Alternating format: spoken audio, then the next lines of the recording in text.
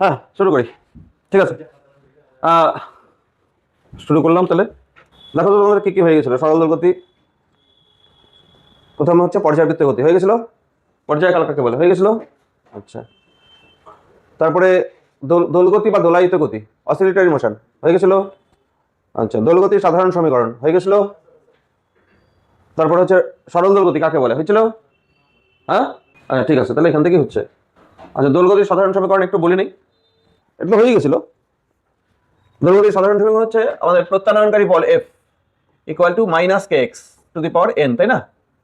আর N যখন 1 হয়, N 1 মানে হচ্ছে তখন আমরা বলি সিম্পল হারমোনিক মোশন, সরল দোল গতি।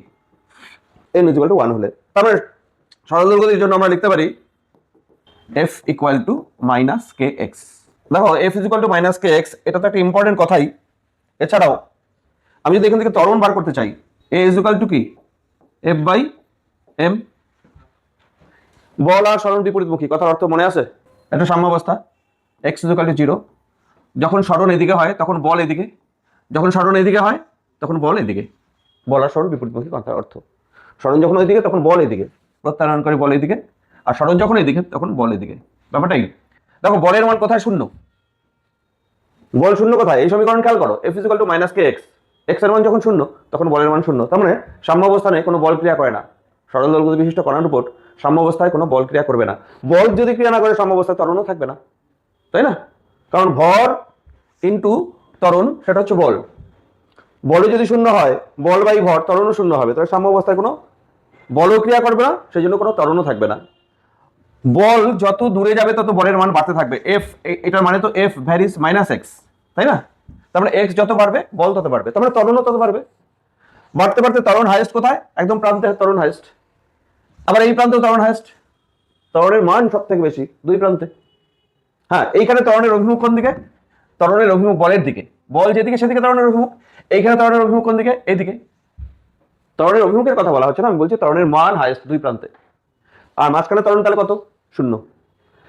আচ্ছা, ত্বরণ, দেখো ত্বরণ এই দিক, কথার অর্থ বস্তুর গতি যখন এই দিক, ত্বরণ এই দিক, এটাকে বলা হচ্ছে গতি। আর ত্বরণ যখন উল্টো দিক হয়, এদিকে যদি ত্বরণ হয় তাহলে এর গতি কমে যায়, ভি এর কমে, তাই না? মানে মন্দন তো, গতির উল্টা দিকে ত্বরণ মানে হচ্ছে মন্দন। তার মানে হচ্ছে যত এদিকে যাবে ভি তত কমতে থাকবে। ত্বরণ আর গতি অভিমুখ উল্টা দিক, তাহলে গতি মানে ভি এর দ্রুতি আস্তে আস্তে কমে যাবে, কমতে কমতে দুই প্রান্তে, এই প্রান্তে গতিবেগ শূন্য, আবার একই রকম ভাবে এই প্রান্তে গতিবেগ শূন্য, তাহলে গতিবেগ হাইয়েস্ট কোথায়? মাঝখানে। তাহলে গতিবেগ হাইয়েস্ট মাঝখানে, শূন্য কোথায়? দুই প্রান্তে। দুই প্রান্তে গিয়ে থেমে যায়। হ্যাঁ, আবার ত্বরণ হাইয়েস্ট কোথায়? দুই প্রান্তে। আর ত্বরণ শূন্য কোথায়? মাঝখানে। হ্যাঁ, ত্বরণ আর গতিবেগ আমরা একটু পরে বার করবো, আমরা দেখতেও পারবো। দেখো ত্বরণ যদি বলা হয়, ত্বরণ is equal to F by M, এখান থেকে আমি এফ এর মান যদি বসাই তাহলে minus K by M into X হচ্ছে এ ইকুয়াল টু, তাই না? আচ্ছা, এই যে ত্বরণ, এখানে ত্বরণও দেখো এ ভ্যারিস মাইনাস এক্স। বল যেমন ভ্যারিস মাইনাস এক্স হয়, ত্বরণও ভ্যারিস মাইনাস এক্স, মানে ত্বরণ সরণ সমানুপাতিক এবং বিপরীতমুখী। কার ক্ষেত্রে? কোন গতির ক্ষেত্রে? সরল দোল গতির ক্ষেত্রে। তাহলে সরল দোল গতির সংজ্ঞা আমরা দিতে চাই, সংজ্ঞাটা বলবো জন্যই আমি এগুলো বলে নিলাম। তাহলে সংজ্ঞা সরল দোল গতি কাকে বলে যদি বলা হয়, আমরা কি বলবো? তখন বানিয়ে বলো। আমরা বলবো পর্যায়বৃত্ত গতি সম্পন্ন একটা বস্তুর উপর, যদি একটা বস্তু পর্যাবৃত্ত গতি তো যাতায়াত করছে, একই সময় ধরে বারবার যাতায়াত করা হচ্ছে পর্যাবৃত্ত গতি। তা পর্যাবৃত্ত গতি সম্পন্ন কোনো বস্তুর উপর বা বস্তুর ত্বরণ, বল দিয়ে বলতে পারো, ত্বরণ দিয়ে বলতে পারো, যেটা ইচ্ছা। দেখো আমি বল দিয়ে বলি একবার। পর্যাবৃত্ত গতি সম্পন্ন কোনো বস্তুর উপর যদি বল এমনভাবে ক্রিয়া করে যে ওই বল সর্বদা সাম্যাবস্থান থেকে সরণের সঙ্গে সমানুপাতিক এবং বিপরীতমুখী, তাহলে বস্তুর গতিকে বলা হবে সরল দোল গতি। ঠিক আছে, এবার আমি ত্বরণ দিয়ে বলি, বল না বলে, একই কথা। পর্যাবৃত্ত গতি সম্পন্ন কোনো বস্তুর ত্বরণ যদি সরণের সমানুপাতিক হয় এবং বিপরীতমুখী হয়, তাহলে বস্তুর গতি সরল দোল গতি। ব্যাস, এটাই সরল দোল গতির সংজ্ঞা হবে। এখন আমরা সংজ্ঞা লিখবো, তোমরা যেটা দিয়ে ইচ্ছা লিখতে পারো, বল দিয়ে লিখতে পারো, ত্বরণ দিয়ে লিখতে পারো, একই কথা। তাহলে আমরা আসি সরল দোল গতির সংজ্ঞা। পর্যায়বৃত্ত গতি সম্পন্ন কোনো বস্তুর ত্বরণ সরণের সমানুপাতিক এবং বিপরীতমুখী হলে বস্তুর গতিকে সরল দোল গতি বলে। সরল দোল গতি ব্র্যাকেটে FHM সিম্পল হারমোনিক মোশন বলে। এবার তোমাদের একটা প্রশ্ন থাকে অনেক সময় সরল দোলগতির বৈশিষ্ট্য। আমরা যা যা বুঝলাম সরল দোলগতি সম্পর্কে সেগুলো বৈশিষ্ট্য। 1 নম্বর বৈশিষ্ট্য আমরা বলবো বস্তুর গতি দোলায়িত হতে হবে। 1 নম্বর বৈশিষ্ট্য, বস্তুর গতি দোলায়িত হবে। দোলায়িত মানে হচ্ছে অর্থাৎ দক্ষিণে ও বামে, দক্ষিণ মানে ডান আর কি, দক্ষিণে ও বামে আন্দোলিত হবে। এটা 1 নম্বর বৈশিষ্ট্য। 2 নম্বর বৈশিষ্ট্য আমরা বলতে পারি ত্বরণ সরণ সমানুপাতিক এবং বিপরীতমুখী, মানে ত্বরণ সমানুপাতিক মাইনাস সরণ, এটা হতে হবে। তার মানে A ভ্যারিজ মাইনাস x। 3 নম্বর, বল বা ত্বরণ সর্বদা সাম্যাবস্থার অভিমুখী, সাম্যাবস্থানের অভিমুখী হবে, বা সাম্যাবস্থারও লিখতে পারো অভিমুখী। ব্যাস, আমরা বৈশিষ্ট্য আসলে আমরা 3টা বিষয় দিয়ে দেবো। তোমরা এখানে ত্বরণ সরণ সমানুপাতিক বিপরীতমুখী এটাকে বলও বলতে পারো, প্রত্যানয়নকারী বল আর সরণ সমানুপাতিক হলো সরল দোলগতির বৈশিষ্ট্য। নেক্সট, হয়েছে? এই সরল দোলগতি চ্যাপ্টার পড়তে গেলে প্রথমে পর্যাবৃত্ত গতি, তারপরে দোলায়িত গতি বা অসিলেটরি মোশন, তারপরে আমরা অসিলেটরি মোশন থেকে সরল দোলগতিতে আসলাম। এরপর আমরা যেটা করব সেটা হচ্ছে এই চ্যাপ্টারে ডিটেইলসে ঢুকতে গেলে আমাদের কয়েকটা সংজ্ঞা জানতে হবে, সেই সংজ্ঞাগুলো এখন হবে। দেখো, প্রথম সংজ্ঞা হচ্ছে 1 নম্বর, সাম্যাবস্থান। সাম্যাবস্থান কাকে বলে? ধরো একটা বস্তু PQ এই রেখার মধ্যে আন্দোলিত হচ্ছে, এটা হচ্ছে যদি বলি সাম্যাবস্থান x, x এর মানে এই বিন্দু 0, এটা O বিন্দু।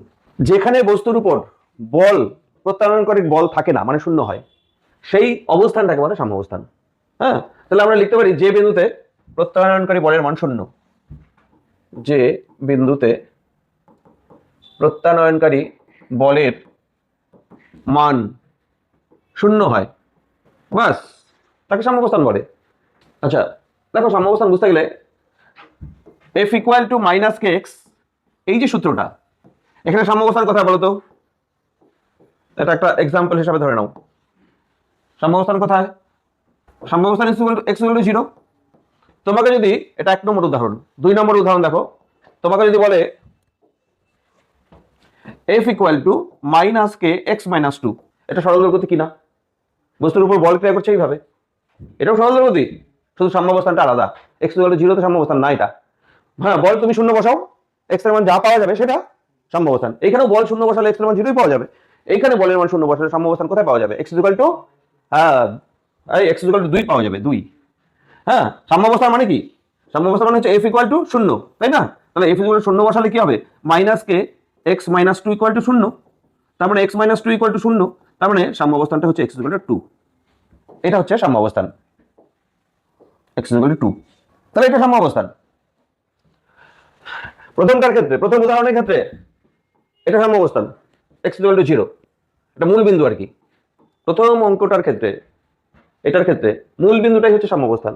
দ্বিতীয় অঙ্কটার ক্ষেত্রে এটা মূল বিন্দু হলে x ইকুয়াল টু 2 মানে এখানে, তার মানে এইটা সাম্যাবস্থান। তার মানে এইভাবে দুলছে বস্তু, এইখানে এটাকে মধ্যবিন্দু বা সাম্যাবস্থান ধরে নিয়ে এইভাবে দুলছে, আর এখানে এইভাবে দুলছে। তাহলে সাম্যাবস্থান ব্যাপারটা এইরকম। তাহলে সাম্যাবস্থান হিসাব করতে বললেই আমরা কিন্তু সবসময় F0 কোথায় সেটাই দেখব, বল কোথায় শূন্য। আচ্ছা নেক্সট, গেল সাম্যাবস্থান গেল। নম্বর 2, 2 নম্বর হচ্ছে সরণ কাকে বলে। সাম্যাবস্থা জানা আমাদের হয়ে গেছে। ধরো এই যে P আর Q রেখার মধ্যে একটা বস্তু আন্দোলিত হচ্ছে, আর O বিন্দু হচ্ছে তার সাম্যাবস্থান। কোনো মুহূর্তে বস্তু সাম্যাবস্থান থেকে যত দূরে অবস্থান করে, ধরো এতটা দূরত্ব অবস্থান করলো PQ, ধরো এটা R বিন্দু, R বিন্দুতে অবস্থান করছে কোনো মুহূর্তে, তাহলে এই এক্সটাকে আমরা বলি সরণ। যখন সরণ এদিকে আসবে, x এর মান ধনাত্মক, মানে সরণ পজিটিভ। যখন ওইদিকে যাবে তখন কিন্তু সরণ নেগেটিভ বলি, আগের দিনে বলা হচ্ছে এটা। তাহলে সরণের সংজ্ঞা আমরা কি লিখবো? কোনো মুহূর্তে সাম্যাবস্থান থেকে বস্তু যত দূরে অবস্থান করে, কোনো মুহূর্তে। আর এখানে একটা জিনিস কিন্তু লেখা হচ্ছে না, এর প্রত্যেকটা সঙ্গে লেখা উচিত, সরল দৈর্ঘ্য বিশিষ্ট কণা। এটা প্রত্যেকের ক্ষেত্রে কিন্তু প্রযোজ্য। কোনো মুহূর্তে সরল দৈর্ঘ্য বিশিষ্ট কণা সাম্যাবস্থান থেকে যত দূরে অবস্থান করে, কোনো মুহূর্তে, আমি আর সরল দৈর্ঘ্য বিশিষ্ট কণা লিখলাম না, সাম্যাবস্থান থেকে যত দূরে অবস্থান করে তাকে সরণ বলে।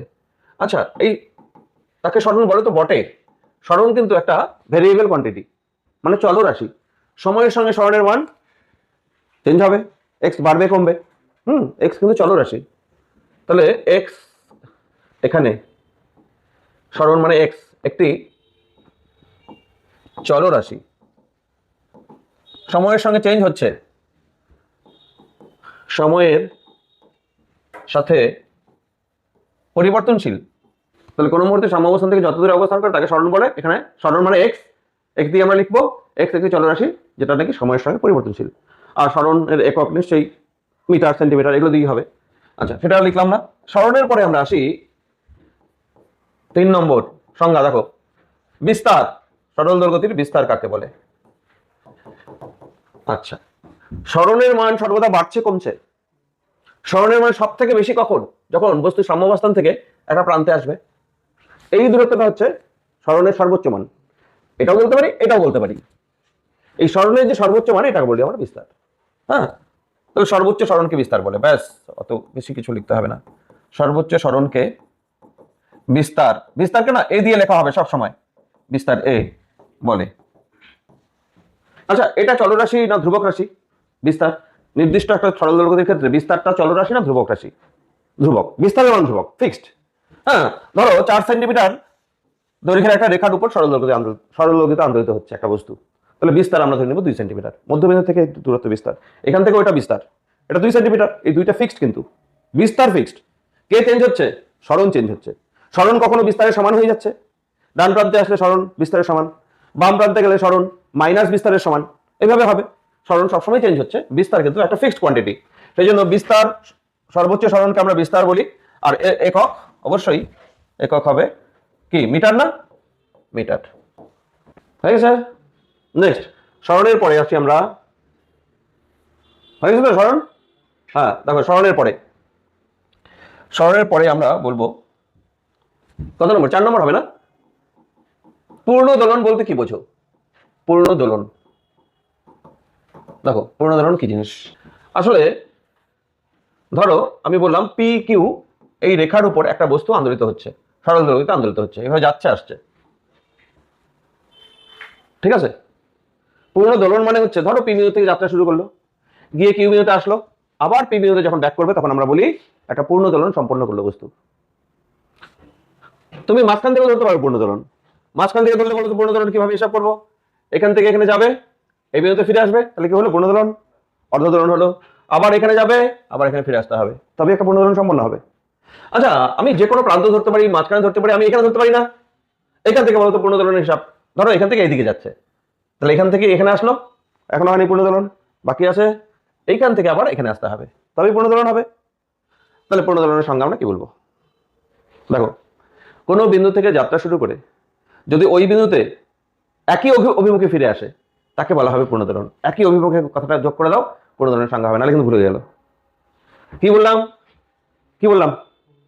কোনো বিন্দু থেকে যাত্রা শুরু করবে, যে কোনো বিন্দু, আমি ধরলাম এই বিন্দু থেকে যাত্রা শুরু করলো, এই বিন্দু থেকে যাত্রা শুরু করে দেখো তো এখান থেকে এখানে ফিরে আসলো, তাহলে কি পূর্ণ দোলন হলো আমার সংজ্ঞা অনুযায়ী? কেন হলো না? একই অভিমুখে আসে নাই এখনো, এটা তো এদিকে আসছিল, এদিকে যাচ্ছিল, তাহলে এইখানে গিয়ে আবার যখন ঘুরে আসবে যে একই অভিমুখ থেকে আসলো, তাহলে একটা পূর্ণ দোলন সম্পন্ন হয়। তাহলে সহজ কথা দিয়ে আমরা বলে ফেলতে পারি একটা কথা যুক্ত করলে। তাহলে কোনো বিন্দু থেকে যাত্রা করে কে সরল সরল দৈর্ঘ্য বিশিষ্ট কণা, এটা কিন্তু লেখা হচ্ছে না। কোনো বিন্দু থেকে যাত্রা করে পুনরায় পুনরায়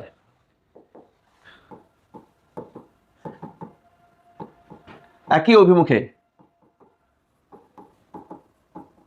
ওই বিন্দুতে ফিরে এলে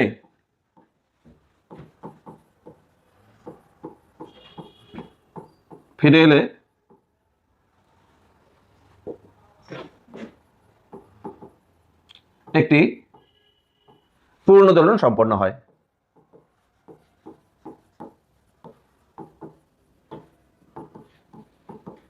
হয়ে গেল পূর্ণ দোলনের সংজ্ঞা। এটা একটা ঘটনা, এটা কোনো রাশি না, এটা কোনো একক হবে না, জাস্ট একটা বিষয়। নেক্সট, পূর্ণ দোলন বলার পর চলে আসবে আমাদের পর্যায়কাল বা দোলনকালও বলতে পারো, পর্যায়কাল। বড় হাতের টি দিয়ে লেখা হয় পর্যায়কালকে। একবার পূর্ণ দোলনের জন্য যে সময়, একবার পূর্ণ দোলনের প্রয়োজনীয় সময়, ব্যাস, জন্য লেখো, পূর্ণ দোলনের জন্য প্রয়োজনীয় সময়। এটাকে আমরা বড় হাতের টি দিয়ে লিখবো। হ্যাঁ, যেখানে তোমরা জানো T is equal to 2 pi by omega, এখানেও ব্যবহার করা যাবে। এখানে ওমেগা টার্মটা আসে, কি করে আসে পরে বুঝবো আমরা। আর এটা একক কি, এটা দোলনকাল বা পর্যায়কাল, এর একক তো একটা কাল মানে সময়। আচ্ছা, তারপরে পর্যায়কালের পরে আসবে 6 নম্বর কম্পাঙ্ক। তোমরা জানো কম্পাঙ্ক কাকে বলে। কম্পাঙ্ক দেখো, কম্পাঙ্ক অনেক কিছু দিয়ে লেখে। অনেকে কম্পাঙ্ক নিউ দিয়ে লেখে, অনেকে ছোট হাতের এফ দিয়ে লেখে, অনেকে কম্পাঙ্ক এন দিয়ে লেখে। তোমরা কি দিয়ে লিখবে বলো? এফ, এফ দিয়ে লিখি। আচ্ছা, কম্পাঙ্ক তাহলে এফ দিয়ে লিখছি। হ্যাঁ, 1 সেকেন্ডে যতবার পূর্ণ দোলন হয়, 1 সেকেন্ডে পূর্ণ দোলনের সংখ্যা, ব্যাস, পূর্ণ দোলনের সংখ্যা। 1 সেকেন্ডে পূর্ণ দোলনের সংখ্যা, সেটাই হচ্ছে আমাদের কম্পাঙ্ক। হলো কম্পাঙ্ক এফ, তাহলে এফ দিয়ে লেখা হলো F is equal two 1/t। তোমরা জানো তো এফ ইজ ইকুয়াল 1/t হয়। করে দেখাবো? বলো তো পর্যায়কাল টি সেকেন্ডে পূর্ণ দোলন কয়টা হবে? পর্যায়কাল সময়ে পূর্ণ দোলন কয়টা হবে? একটাই হবে। টি সেকেন্ডে হয় একটা, তাহলে 1 সেকেন্ডে কয়টা হবে? 1/tটা। 1 সেকেন্ডে যতবার হয় এটাকেই বলে কম্পাঙ্ক এফ। সেই জন্য F is equal two 1/t বা টি ইজ ইকুয়াল টু 1/f আমরা লিখতে পারি। আচ্ছা, কম্পাঙ্কের একক আমাদের সায়েন্টিস্ট হার্জ, তার নাম অনুসারে ইউনিট হচ্ছে ইউনিট হার্জ লেখায়, বা সাইকেল পার সেকেন্ড লেখে, সি পার এস এরকম লেখে কম্পাঙ্কের একক। আচ্ছা, কম্পাঙ্ক পর্যায়কাল দেখো, আমি এটাকে কম্পাঙ্ক আবার 1/t মানে ওমেগা বাই 2 পাইও লেখা যায় কিন্তু, তাই না? ওই যে টি মানে হচ্ছে 2 পাই বাই ওমেগা, তাহলে F is equal to omega by 2 pi, এটাও লেখা যাবে। বোঝা গেল?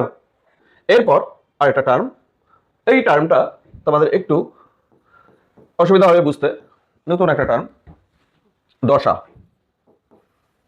ধীরে ধীরে দশা সম্বন্ধে ক্লিয়ার হবে, একবারে নাও হতে পারে। দশা বলতে আমরা বুঝি সরল দোল গতি বিশিষ্ট কণার কোন মুহূর্তে তার গতির অবস্থা। গতির অবস্থা, এবার গতির অবস্থা কি আবার? তারপরে দশা আর অবস্থা একই কথা প্রায়। হ্যাঁ, দশা আর অবস্থা তো একই। তো দশা খারাপ আছে রে, তোর অবস্থা খারাপ আছে, তার মানে আমরা বলি এটা। তাহলে অবস্থা আর দশা কি? তাহলে দশা বলতে বুঝি আমরা এখানে গতির অবস্থা। এবার গতির অবস্থা মানে কি? গতির অবস্থা মানে কোনো মুহূর্তে কণাটা সরণ কত সাম্যাবস্থান থেকে, সেই মুহূর্তে তার বেগ কত, সেই মুহূর্তে তার ত্বরণ কত, সেই মুহূর্তে তার উপর ক্রিয়াশীল বল কত, এগুলো জানা মানে তার গতির অবস্থাটা জানা। হ্যাঁ, গতি সম্পর্কীয় যে রাশিগুলি আছে, সরণ, বেগ, ত্বরণ, বল, সেই রাশিগুলো জানা মানে হচ্ছে তার দশা, কোনো মুহূর্তে তার দশা জানা। তাহলে আমরা আপাতত একটু লিখি, দশা বলতে কণার গতির অবস্থাকে বোঝায়। দশা বলতে কণার, কোন কণার? সরল দোল গতি বিশিষ্ট কণার গতির অবস্থাকে বোঝায়। এবার আসলে এটা কিন্তু একটা কোণের পরিমাপ। হ্যাঁ, দশা কিন্তু এটি একটি কোণের পরিমাপ। দশা কিন্তু একটা কোণ হয়, সেই জন্য এর একক কোণের একক হবে। আর কোণের একক আমরা সবাই জানি কি? রেডিয়ান। রেডিয়ান হচ্ছে এর একক, দশার একক। যেমন আমি একটা উদাহরণ দিচ্ছি, দেখো, আমি একটা সমীকরণ নিচ্ছি, যে কোনো একটা সমীকরণ, সেই সমীকরণের মধ্যে দশা বোঝাচ্ছে কোনটা। ধরো x equal to a sine omega t plus phi, একটা সমীকরণ নিলাম। সাইনের ভেতরে যে পুরো টার্মটা, এটা একটা কোণ। ফার্স্ট ব্র্যাকেটের মধ্যে যে পুরো টার্মটা, এটা কোণ। এই কোণটাকে বলা হয় দশা। টি সময়ে, নির্দিষ্ট একটা সময়ে দশা কত? Omega t plus phi. ভুল করে না, অনেকে ভুল করে কিন্তু ফাইটাকে দশা বলে ফেলে, পুরোটা কিন্তু। হ্যাঁ, তরঙ্গ পড়ো আর সরলগতি পড়ো, সব জায়গাতেই লাইট পড়ো, লাইট ওয়েভ পড়ো, দশা বলতে কিন্তু সাইনের ভেতরে এই টোটাল টার্মটা বা কসের ভেতরে টোটাল টার্মটা। তাহলে এই সমীকরণে দশা কোনটা? আমি একটা সমীকরণ আমি র্যান্ডমলি একটা সমীকরণ নিলাম আর কি। এই সমীকরণে দশা, টি সময়ে দশা, অবশ্যই টি সময়ে দশা, সেটা হচ্ছে ওমেগা টি প্লাস ফাই। কিন্তু তাহলে ফাই কি? টি এর মান 0 বসালে দশা হবে ফাই। তার মানে হচ্ছে টি এর মান 0 মানে ইনিশিয়াল মানে প্রাথমিক দশা বা প্রারম্ভিক দশা।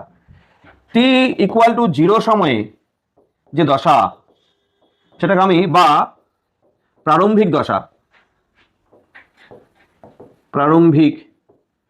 প্রারম্ভিক লিখো তো এখানে দশা, সেটা হচ্ছে ফাই।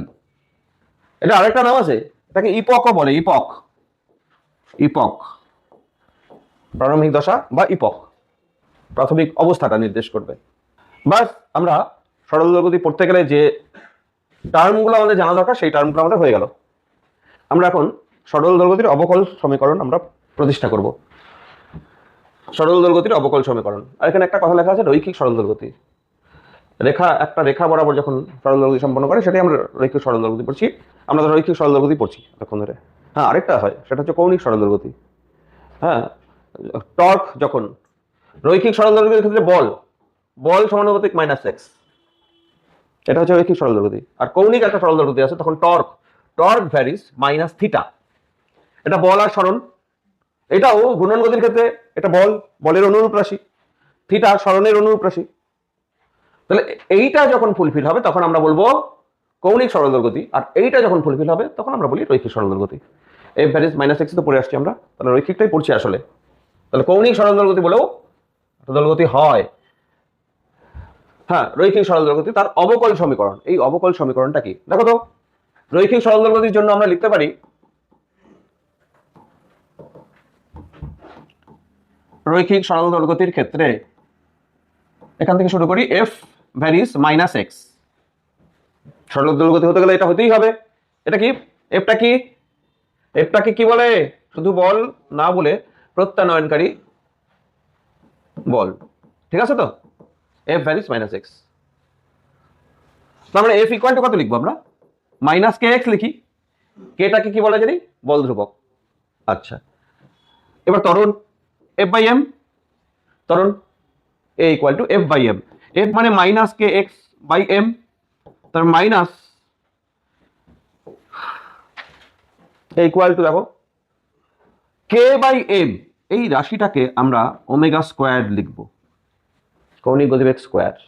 এইবার আমি a প্লাস দিয়ে ওমেগা স্কোয়ার x লিখলাম ইজ ইকুয়াল টু 0। এই ফর্মটা মনে রাখো, সরল দোলগতির ক্ষেত্রে এই ফর্মটা যে হয় এটা মনে রাখো। অনেক সময় অঙ্ক আসে এই ফর্মটার উপরে। বা আগেরটা a is equal to minus omega square x, a equal to minus omega square x, এই ফর্মটা মনে রাখো। হ্যাঁ দেখো, তারপর তোমাদের মনে আছে ত্বরণ dx/dt কে আমরা কি বলি? বেগ বলি, v, তাই না? আর ত্বরণ আমরা কি দিয়ে লিখবো তাহলে? dv/dt না? আচ্ছা, dv/dt অফ আমি v মানে dx/dt লিখতে পারি তো? তাহলে এটা আমি লিখতে পারি না d2x/dt স্কোয়ার, মানে সরণের ডাবল ডেরিভেটিভ করলে ত্বরণ হয়, এটাকেও বলা তো সরণের ডাবল ডেরিভেটিভ। এই ত্বরণের জায়গায় আমি সরণের ডাবল ডেরিভেটিভ বসিয়ে দিব, d2x/d2 স্কোয়ার, এটা অর দিয়ে, হ্যাঁ, dt square plus omega square x equal to 0। এই যে সমীকরণটা আমরা পেলাম, এটাই আমরা বলি রৈখিক সরল দোলগতির অবকল সমীকরণ। এটাই রৈখিক সরল দোলগতির অবকল সমীকরণ, এটাকে আমরা অবকল সমীকরণ বলি। হ্যাঁ, আমি পাশাপাশি লিখে দিই একটু, যে কৌণিক সরল দোলগতি হয়, এটা নোট হিসাবে লিখে নাও, নোট, প্রয়োজন হয় না সময়। কৌণিক সরল দোলগতির অবকল সমীকরণ, কৌণিক সরল দোলগতির অবকল সমীকরণ একই রকম। এখানে সরণটা রৈখিক সরণ, এখানে কৌণিক সরণ, d2θ/dt স্কোয়ার, দেখো একই রকম হচ্ছে, প্লাস ওমেগা স্কোয়ার x এর জায়গায় শুধু theta, omega square theta equal to 0। এইটাকে আমরা বলছি কৌণিক সরল গতির অবকল সমীকরণ। বোঝা গেল? রৈখিক বললে এক্স দিয়ে, কৌণিক বললে থিটা দিয়ে। এটাও প্রয়োগ করা যায়। টর্ক থেকে আসতে হবে, টর্ক ভ্যারিজ মাইনাস থিটা, ওর করে আসতে হবে। এখন দেখো ইম্পর্টেন্ট বিষয়। ইম্পর্টেন্ট বিষয় কি? সরল গতির সমীকরণ। আচ্ছা, সরল গতির অনেক সমীকরণ হয়। বলের সমীকরণ হয়, ত্বরণের সমীকরণ হয়, সরণের সমীকরণ হয়, বেগের সমীকরণ হয়।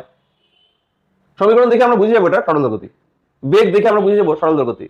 ত্বরণ দেখে আমরা বুঝে যাবো সরল গতি। আচ্ছা দেখো তো, a plus 4x equal to 0, বস্তুটার গতি কিরূপ গতি? সঙ্গে সঙ্গে বলে ফেলবো। দেখো a ভ্যারিজ মাইনাস এক্স আছে, a ইকুয়াল টু কি আছে? মাইনাস 4x না সমীকরণটাতে? তাহলে a ভ্যারিজ মাইনাস এক্স আছে, তাহলে অবশ্যই এটা কার সমীকরণ? সরল গতির সমীকরণ। তাহলে এটাও একটা সমীকরণ সরল গতির। হ্যাঁ, এই যে একটু আগে আমরা দেখলাম না, a plus omega square x equal to 0 ছিল না? বক্স করা আছে তো, এই যে। তাহলে এটা তো এরকম আছে, a plus omega square x equal to 0, তাহলে এটা সরল গতির সমীকরণ। এখানে ওমেগা স্কোয়ার কোনটা? 4।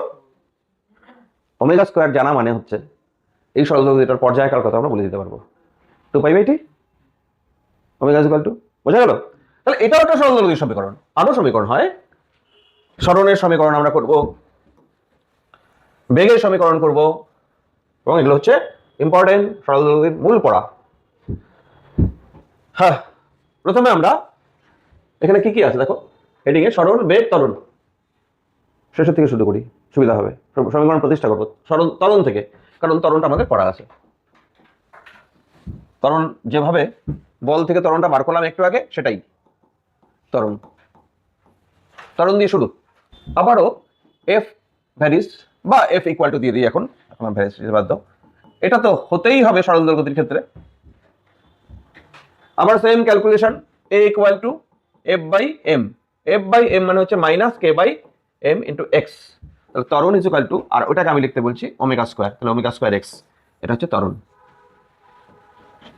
এটা হচ্ছে ত্বরণের রাশিমালা হয়ে গেল আমাদের। হ্যাঁ, এত ছোট ত্বরণ হয়ে গেল। আচ্ছা, এখন এখান থেকেই তো বোঝা যাচ্ছে ত্বরণের সর্বোচ্চ মান কত, ত্বরণের সর্বনিম্ন মান কত। এক্স যখন 0 তখন ত্বরণ মিনিমাম। এক্স 0 মানে হচ্ছে সরল দৈর্ঘ্য বিশিষ্ট কণার গতিপথের মধ্যবিন্দুকে আমরা x0 বলবো, মানে সাম্য অবস্থান। তার মানে সাম্য অবস্থানে ত্বরণ 0। তাহলে x = 0 বিন্দুতে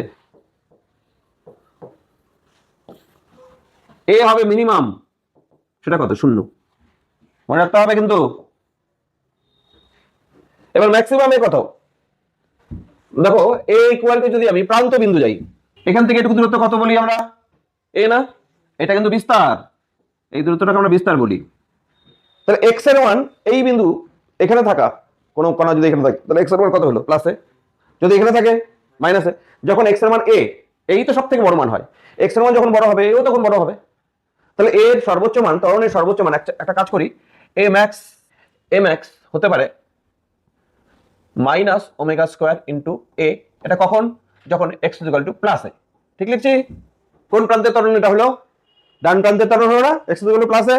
x = প্লাসে, x = প্লাসে মানে কি? এই ডান প্রান্ত, ডান প্রান্তে ত্বরণ ম্যাক্সিমাম কত?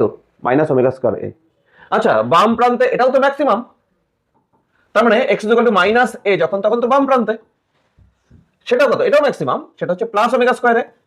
তার মানে ত্বরণ এই প্রান্তে হবে এই দিক মাইনাস, আর ত্বরণ এই প্রান্তে হবে এই দিক মানে প্লাস। তুমি ত্বরণের সর্বোচ্চ মান এক কথায় তুমি বলে ফেলবে ওমেগা স্কয়ার ইন্টু a।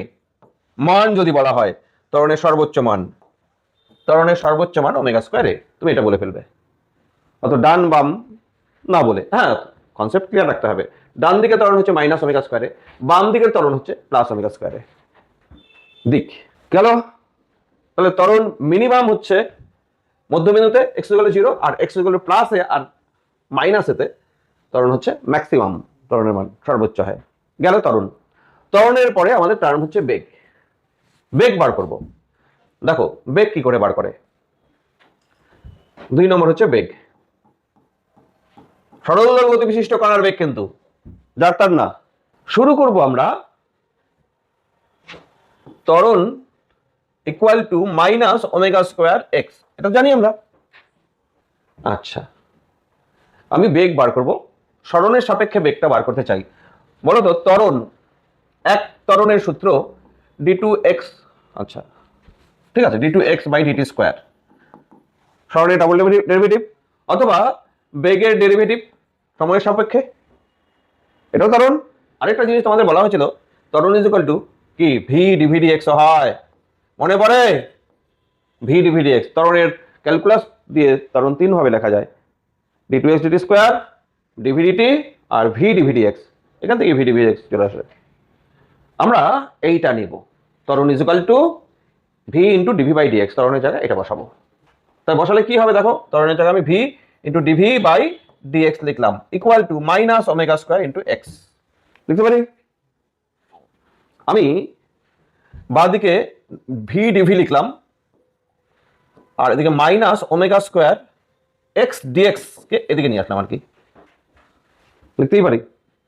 এবার আমরা সমাকলন করব উভয় দিকে, ইন্টিগ্রেটিং, ইন্টিগ্রেশন করো ভি ডিভি, আর ডান দিকে ওমেগা কিন্তু ধ্রুবক, মাইনাস ওমেগা স্কোয়ারকে বাইরে রেখে এক্স ডিএক্স আমি ইন্টিগ্রেশন করব।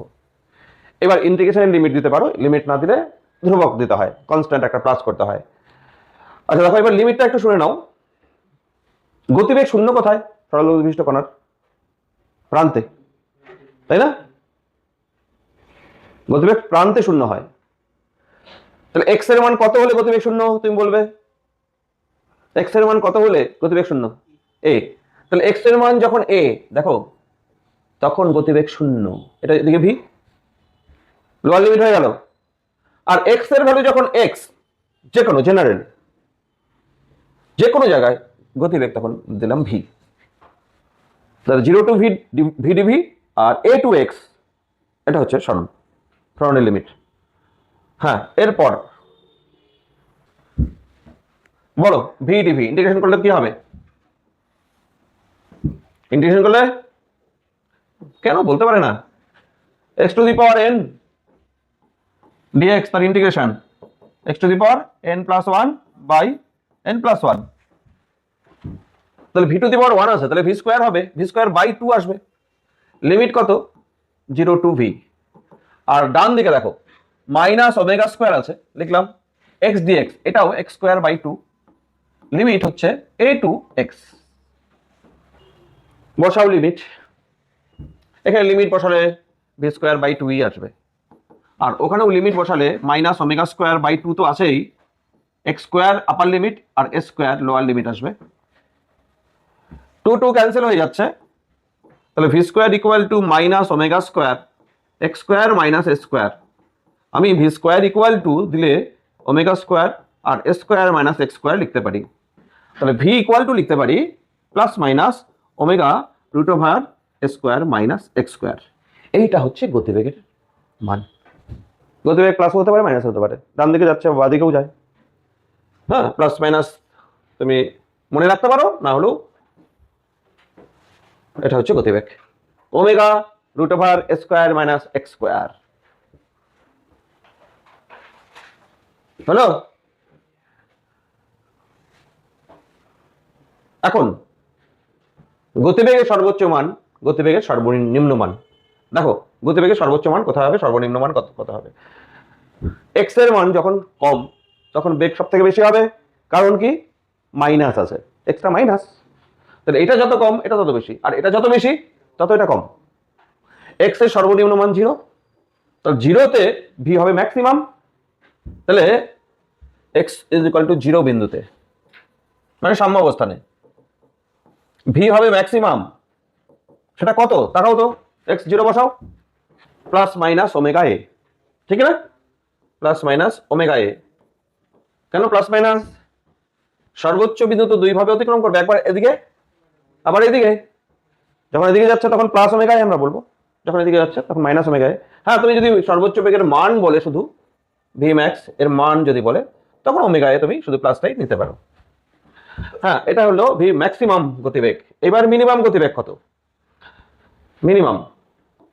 মিনিমাম এক্স এর ভ্যালু যখন হাইয়েস্ট, এক্স এর ভ্যালু হাইয়েস্ট কত? এ। তাহলে এক্স এর ভ্যালু যদি এ বসাই, A square minus A square চলে আসবে, কত আসবে? V minimum 0। হ্যাঁ, তাহলে X equal to plus or minus A, মানে প্রান্তে, হ্যাঁ প্রান্তে, এটা প্রান্ত বিন্দু।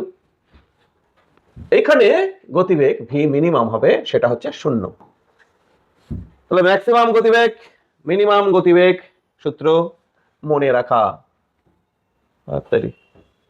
ম্যাক্সিমাম গতিবেগ মিনিমাম গতিবেগের মান মনে রাখা। ম্যাক্সিমাম ত্বরণ মিনিমাম ত্বরণ, ম্যাক্সিমাম ত্বরণ দেখি বলো, জানিলে ম্যাক্সিমাম ত্বরণ কি ছিল? ত্বরণের ক্ষেত্রে ওমেগা স্কোয়ার এ আসবে, ত্বরণের ক্ষেত্রে ওমেগা স্কোয়ার, আর ম্যাক্সিমাম বেগ ওমেগা এ, ওটা ওমেগা স্কোয়ার এ, ওমেগা এ। মিনিমাম ত্বরণ 0, এখানে মিনিমাম গতিবেগ 0। হ্যাঁ, ত্বরণ মিনিমাম 0 কোথায়? মধ্যবিন্দুতে, মানে সাম্যাবস্থানে। আর গতিবেগ মিনিমাম কোথায়? দুই প্রান্তে। মনে থাকবে তো? গেল গতিবেগ। গতিবেগের পরে আমরা আসবো সরণের রাশিমালা নির্ণয়। সরল দলগতি বিশিষ্ট কণার সরণ। উল্টা দিক থেকে আসছি পুরোপুরি। নম্বর 2 সরণ। দেখো 3, হ্যাঁ 3 হলো। সরণ কিভাবে বার করব? বেগ থেকে আসবো সরণে।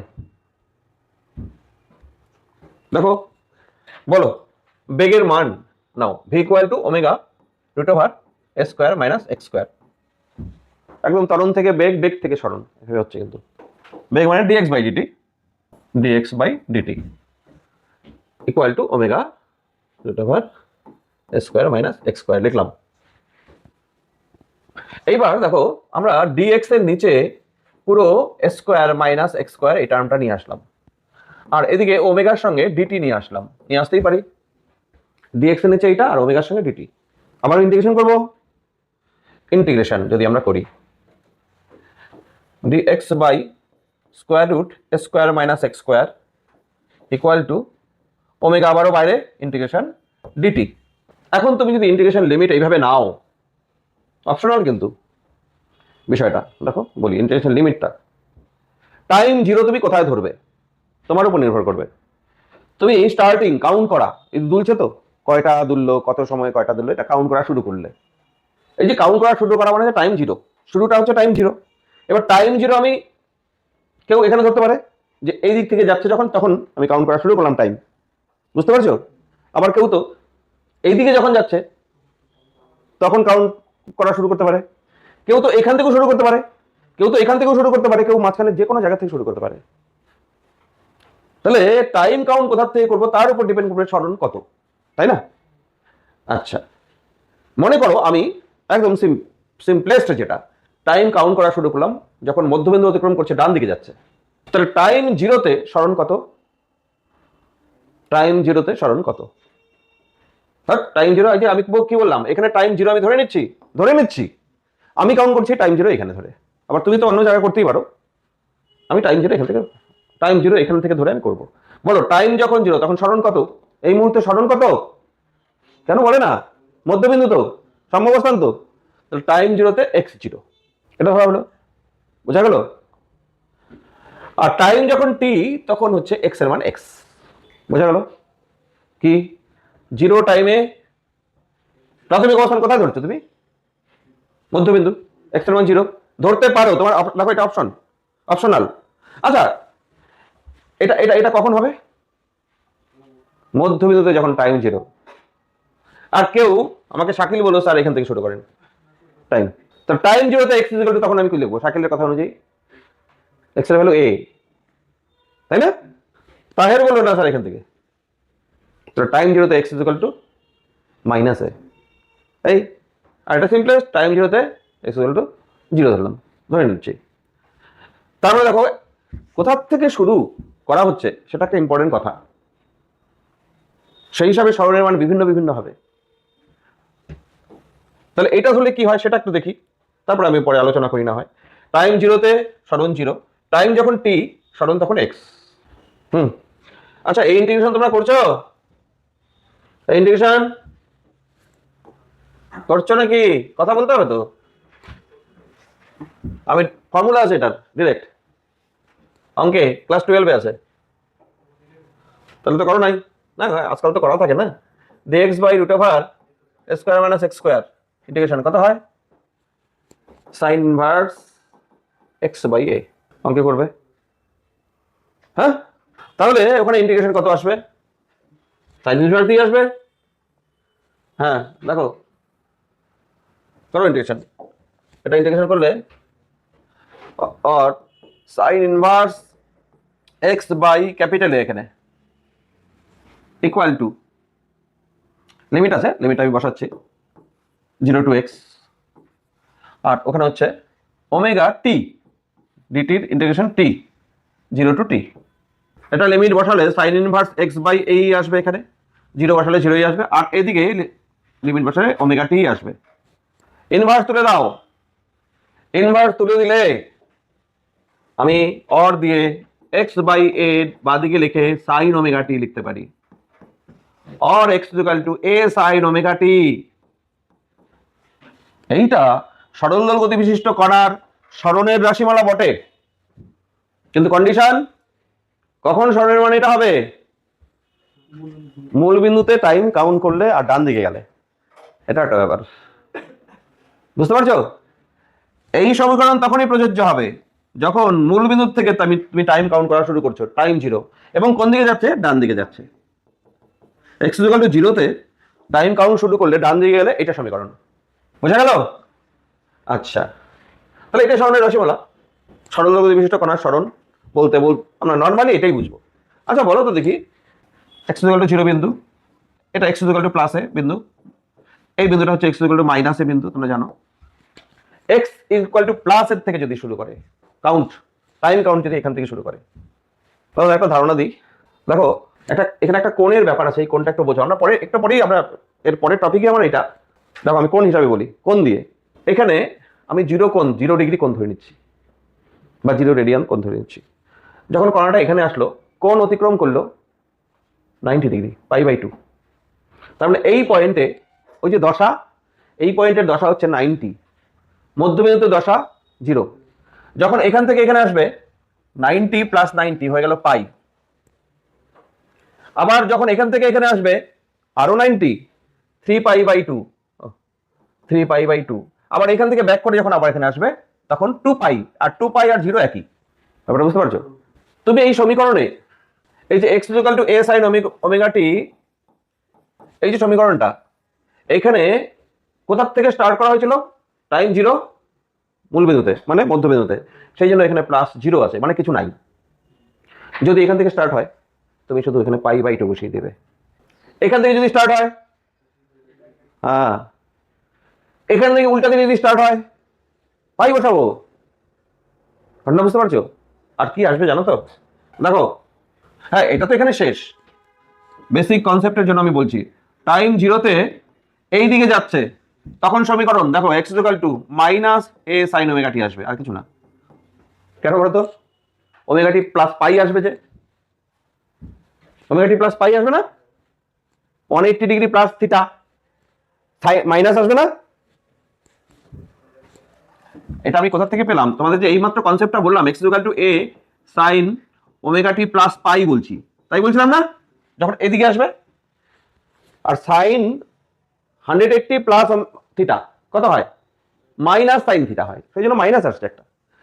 এটা একই সমীকরণ। তাহলে দেখো যখন এই দিকে আসবে তখন সমীকরণ এটা বা এটা।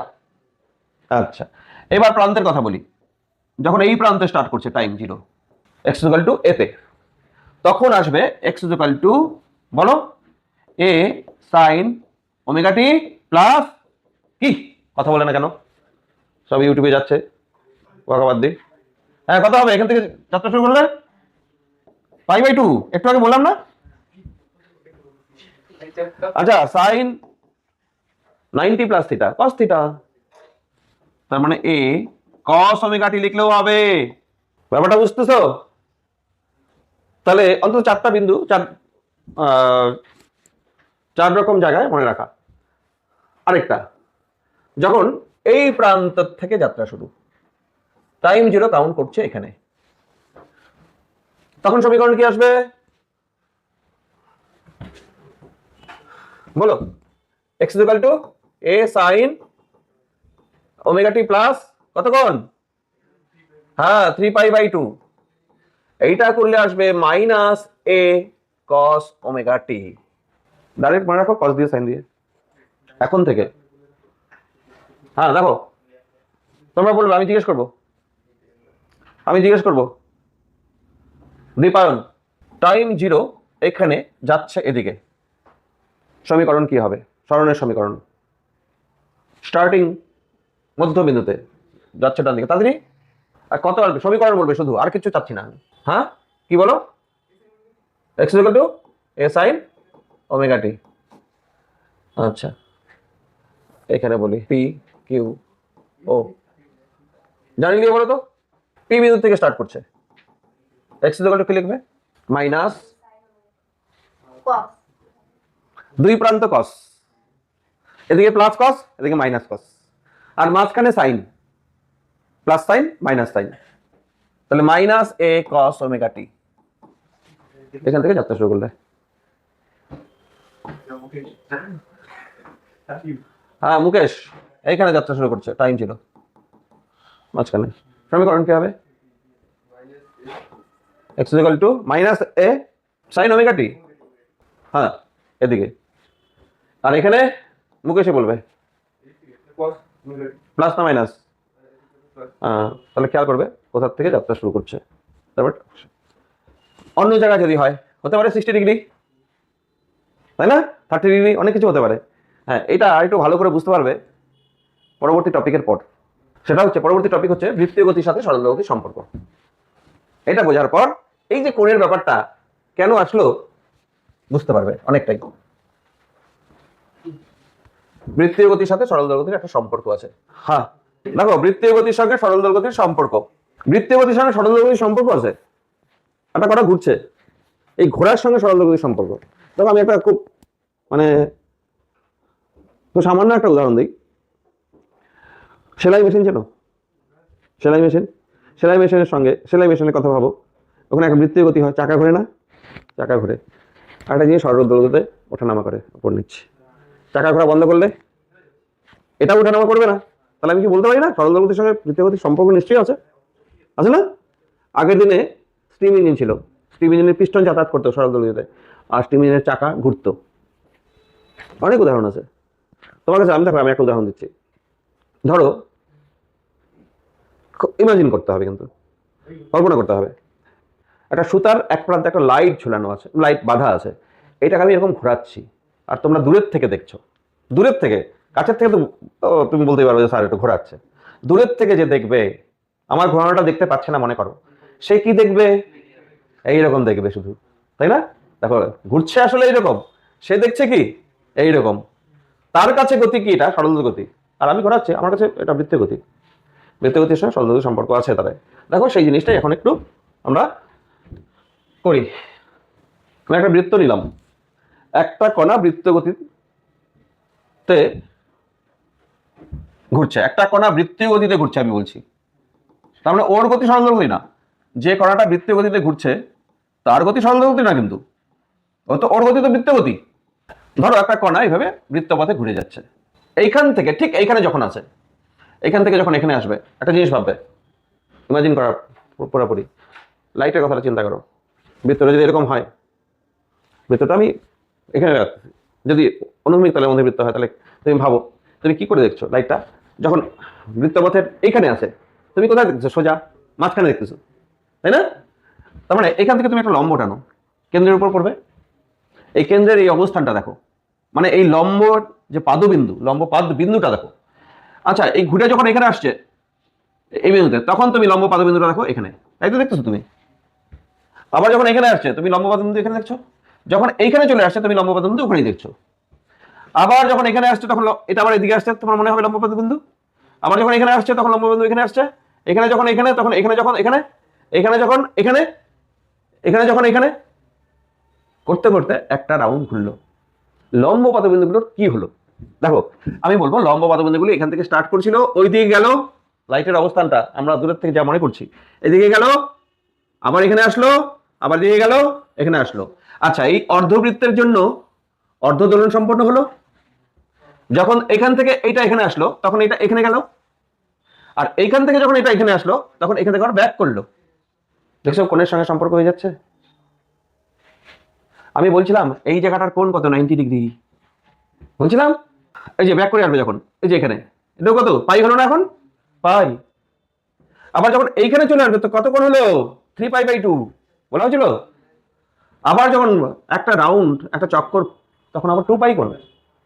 আচ্ছা, তাহলে এই অর্ধবৃত্ত ঘোরা মানে হচ্ছে একটা অর্ধ দোলন সম্পূর্ণ করা, কার, লম্ব পাদবিন্দুর। বাকি অর্ধবৃত্ত ঘুরলে আরেকটা অর্ধদোলন সম্পন্ন হলো। পূর্ণবৃত্ত যখন ঘুরবে তখন লম্ব পাদবিন্দুগুলি একটা পূর্ণ দোলন সম্পন্ন করলো। তাহলে কি বৃত্তের গতির সঙ্গে নিশ্চয়ই সম্পর্কযুক্ত সরলদৈর্ঘ্য গতির। কার গতি এখানে সরলদৈর্ঘ্য গতি তোমরা বলবে, যে কণাটা ঘুরছে তার গতি কি না, লম্ব পাদবিন্দুর গতি এখানে সরলদৈর্ঘ্য গতি। আচ্ছা, এবার একটু লিখে দিই। হ্যাঁ, একটু লিখি। এছাড়াও আমরা আরেকভাবে বুঝবো যে এখানে সরলদৈর্ঘ্য গতির, দেখো ধরো কণাটি সি বিন্দু থেকে যে কণাটা ঘুরছে তার কৌণিক বেগ ওমেগা, যে কণাটা ঘুরছে তার কৌণিক বেগ ওমেগা, তার মানে লম্ব পাদবিন্দুগুলোর কৌণিক বেগ আমরা বলি ওমেগাই। ঠিক আছে, কণাটা এখান থেকে এখানে আসলো টি সময়ে, তার মানে কি টাইম শুরু, শুরু কোথায় ধরলাম আমরা, মধ্যবিন্দুতে, সাম্য অবস্থানে টাইম শুরু, টি সময় এখানে আসছে। এইখান থেকে লম্ব টানবো না, কি মনে আছে তো, লম্ব পাদবিন্দু ড্র করো, এখান থেকে লম্ব আঁকলাম। এই বিন্দুটার নাম দাও, এটা ও বিন্দু, এটা ধরো এন বিন্দু, এটা পি বিন্দু। বৃত্তপথে কণা সি থেকে পিতে আসে টি সময়, আর লম্ব পাদবিন্দু সরে যায় এটুকু, ঠিক কিনা, লম্ব পাদবিন্দু সরলো এটুকু। এই লম্ব পাদবিন্দু সরণকে আমি এই দূরত্বটা আমি এক্স ধরে নিচ্ছি, এই কোণটাকে আমি থিটা ধরে নিচ্ছি, তাহলে নিশ্চয়ই এই কোণ থিটা হবে, একান্তর কোণ হবে। এখন দেখো লম্ব পাদবিন্দু সরণটা এইটা যদি আমি আনতে পারি এ সাইন ওমেগা টি, তাহলে শিওর লম্ব পাদবিন্দুর গতি সরলদৈর্ঘ্য গতি, ব্যাস এটাই আমার কাজ। দেখো লম্ব পাদবিন্দু equal to A sine omega T হয় কিনা। এই যে বৃত্তের ব্যাসার্ধ যেটা আমি এ নাম দিলাম, হ্যাঁ বৃত্তের যে ব্যাসার্ধ, যে কোনো ব্যাসার্ধ, এটা এ। বৃত্তের ব্যাসার্ধ সমান সমান এ, একটি কণা ওমেগা কৌণিক বেগ নিয়ে টি সময়ে সি বিন্দু থেকে পি বিন্দুতে আসে। লম্ব পাদবিন্দু সরণ এখানে O N is equal to X, OPN ত্রিভুজ থেকে, ওপিএন ত্রিভুজ থেকে আমি কি লিখতে পারি, লম্ব বাই ভূমি, লম্ব কোনটা ও এন, অতিভুজ, লম্ব বাই অতিভুজ করো, ও এন বাই অতিভুজ মানে কোনটা, ওপি না, O N by OP equal to কি লেখা যায়, সাইন থিটা। আচ্ছা দেখাও এই ত্রিভুজ, এই যে এই ত্রিভুজটা ও এন বাই ওপি, লম্ব এটা কোণ, এটা লম্ব, তো লম্ব বাই অতিভুজ ইকুয়াল টু সাইন থিটা লেখা হলো। আর লম্ব মানে এক্স, এখানে ওপি মানে বড় হাতের এ আমি ধরছি, ওটা ব্যাসার্ধ, is equal two sine theta. আচ্ছা থিটা, থিটাই আপাতত লিখলাম, x is equal to A sine theta. এবার থিটা মানে তোমরা কৌণিক বেগ আর থিটার মধ্যে সম্পর্ক কি মনে আছে, omega is equal to theta by T, মনে আছে, তা থিটা ইজ ইকুয়াল কত হলো, theta is equal to omega T, তাহলে X is equal to A sine omega T. তাহলে কি আমি বলতে পারি লম্ব পাদবিন্দুর গতি সরলদৈর্ঘ্য গতি, তাহলে বৃত্তপথে যে কণাটা ঘুরছে তার যে লম্ব পাদবিন্দু, লম্ব পাদবিন্দুর গতি সরলদৈর্ঘ্য গতি। এখানে কিন্তু অবশ্যই কণার গতি সরলদৈর্ঘ্য গতি বলবে না, সুতরাং আমি বলতে পারি লম্ব পাদ বিন্দুর গতি এস এইচ এম, লম্ব পাদবিন্দু সরলদৈর্ঘ্য গতি চলছে। এবার লম্ব পাদবিন্দুর বেগ, লম্ব পাদবিন্দুর ত্বরণ মানে সরলদৈর্ঘ্য গতি বিশিষ্ট যে কোনো কণার বেগ ত্বরণ, বুঝতে পারছো। এই লম্ব পাদবিন্দুর বেগ, লম্ব পাদবিন্দুর ত্বরণ যদি আমি বার করতে পারি, সেটাই আসবে বেগ, ওই বেগ V is equal to omega root over square minus X square, ওটাই আসবে। আমি যদি বৃত্তের থেকে বার করি গতিবেগ, কার গতিবেগ, লম্ব পাদবিন্দুর বেগ, দেখবেন সরলদৈর্ঘ্যের যে গতিবেগটা আসে ওটাই আসে, দেখাবো। যদি ত্বরণ বার করতে হয় এখান থেকে, ওটাই আসবে ওমেগা স্কয়ার এক্স, ওটাই আসবে। তাহলে এই বৃত্ত থেকে সরণও বার করা যায়, কার? লম্ববাদ বিন্দুর। আর লম্ববাদ বিন্দুর মানে হচ্ছে কোনো সরলদৈর্ঘ্য বিশিষ্ট কণার। তাহলে লম্ববাদ বিন্দু মানে এখানে ওটাকে তুমি এখন কল্পনা করো ওটা কণা, সরলদৈর্ঘ্য বিশিষ্ট কণা হিসাবে, যে ঘুরছে তার কথা না। এই হলো বৃত্তীয় গতির সঙ্গে সম্পর্ক। তাহলে আমরা এই বৃত্ত থেকে আমি বেগও নির্ণয় করতে পারি, সরণও নির্ণয় করতে পারি, ত্বরণও নির্ণয় করতে পারি, সবই করতে পারি। আচ্ছা, এটুকু বোধহয় হয়েছিল।